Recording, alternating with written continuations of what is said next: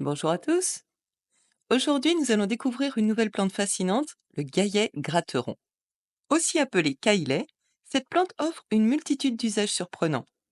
Tout le monde l'a déjà rencontré, même si son nom ne vous dit rien. Il a la particularité d'être très pot de colle et envahissant. Mais il regorge de bienfaits. Le gaillet gratteron, Gallium apariné, appartient à la famille des rubiacées. C'est une plante rampante, herbacée, annuelle, qui pousse abondamment dans les champs, les haies et les jardins. Il est originaire d'Europe et d'Asie, mais aujourd'hui, il est présent dans le monde entier.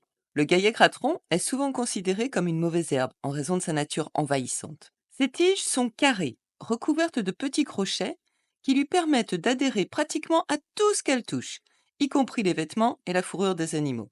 Les tiges peuvent atteindre jusqu'à 1,50 m de long et s'étalent souvent de manière désordonnée. Les feuilles du gaillet sont disposées en 6 à 8 verticilles autour de la tige. Des petites fleurs blanches apparaissent à l'aisselle des feuilles de mai à septembre, puis ces fleurs se transforment en fruits sphériques, également recouverts de crochets. Ce sont ces fruits qui permettent à la plante de se disséminer efficacement. Toute la plante est comestible. Dans l'Antiquité, le gaillet gratteron était utilisé pour filtrer le lait, d'où son surnom de caillet.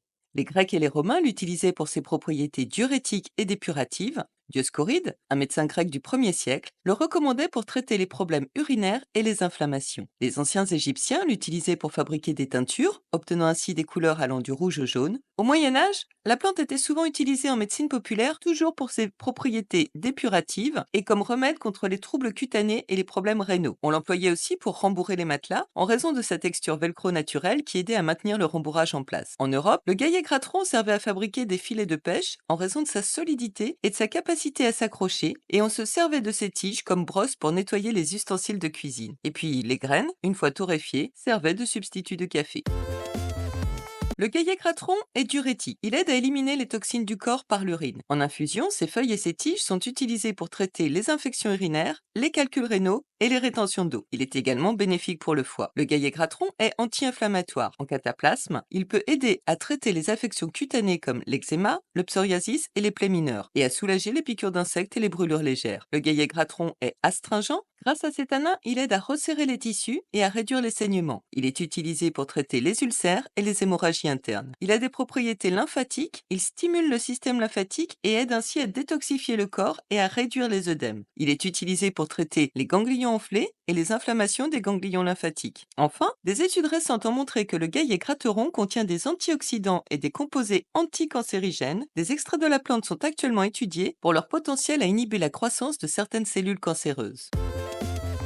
Le gaillet gratteron est entièrement comestible. Ses jeunes pousses et feuilles peuvent être ajoutées aux salades, aux quiches, aux soupes et aux jus et smoothies. Elles apportent une très jolie touche verte au plat et sont également très nutritives grâce à leur teneur en vitamines et minéraux. On peut mélanger les jeunes pousses crues avec d'autres légumes verts, avec une vinaigrette légère, pour obtenir une salade croquante, fraîche et saine. On peut également ajouter les tiges et les feuilles de gaillet gratteron à une soupe de légumes. Il faut cependant bien ciseler les tiges pour que la soupe puisse être mixée. En smoothie, avec par exemple des pommes ou des bananes, le gaillet gratteron permettra d'obtenir une boisson revitalisante et purifiante. Pour ma part, j'aime en faire un jus sauvage, en le passant à l'extracteur de jus avec d'autres plantes sauvages, telles que l'ortie, le pissenlit, le mouron blanc, le plantain. Je rajoute quelques pommes et un peu de citron. La couleur verte apportée par le gaillet gratteron est tout simplement magnifique. Les graines de gaillet gratteron peuvent être torréfiées et utilisées comme substitut de café. Bien que leur goût soit différent, elles offrent une alternative intéressante et sans caféine. Pour préparer ce substitut, il suffit de torréfier les graines à sec dans une poêle jusqu'à ce qu'elles soient bien brunies, puis de les moudre comme des grains de café. Les tiges et les feuilles du gaillet gratteron peuvent être utilisées pour préparer des infusions qui seront dépuratives bénéfiques pour la digestion et le système lymphatique. Mais attention cependant, elles sont très diurétiques et je vous conseille de l'éviter avant un grand voyage. Le gaillet gratteron peut être récolté du printemps à l'automne. Toutefois, il est préférable de récolter les jeunes pousses au printemps ou en début d'été, lorsque la plante est la plus tendre. Il peut être utile d'utiliser des ciseaux ou un couteau bien aiguisé, car la plante est collante et difficile à sectionner à la main sans arracher les racines en même temps. Une fois récoltées, les feuilles et les tiges peuvent être utilisées fraîches ou séchées. Pour faire sécher les feuilles et les tiges, il faut les étaler dans un endroit sec, bien ventilé et à l'abri de la lumière directe du soleil. Les parties séchées pourront ensuite être conservées dans des sacs en papier ou des bocaux en verre. Les graines doivent être récoltées à maturité et torréfiées avant d'être utilisées comme substitut de café. Enfin, pour préparer une infusion de gaillet gratteron, on utilisera environ une cuillère à soupe de plantes sèches pour une tasse d'eau bouillante. On laissera infuser 10 à 15 minutes et puis on filtre avant de boire.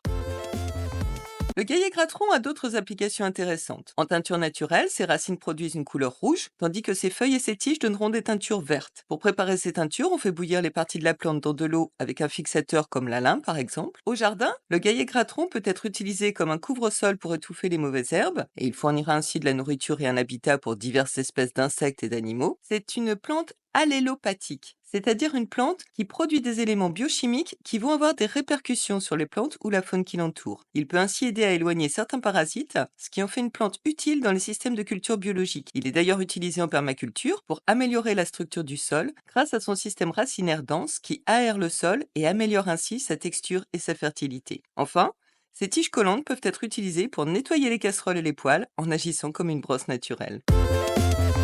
Bref, le gaillet gratteron est un sacré pot de colle, c'est ce qui lui permet de se faire remarquer. Il mérite d'être redécouvert et valorisé, que ce soit au niveau médicinal, culinaire ou écologique. Il est particulièrement présent et abondant dans notre environnement. Alors autant en profiter. Et si vous ne voulez pas vous lancer dans la cuisine sauvage, vous pouvez profiter de ses bienfaits, au moins en tisane. Il est facile à trouver, facile à récolter et facile à préparer. Et vous constaterez rapidement, par vous-même, que ses vertus diurétiques et dépuratives ne sont pas exagérées. À bientôt!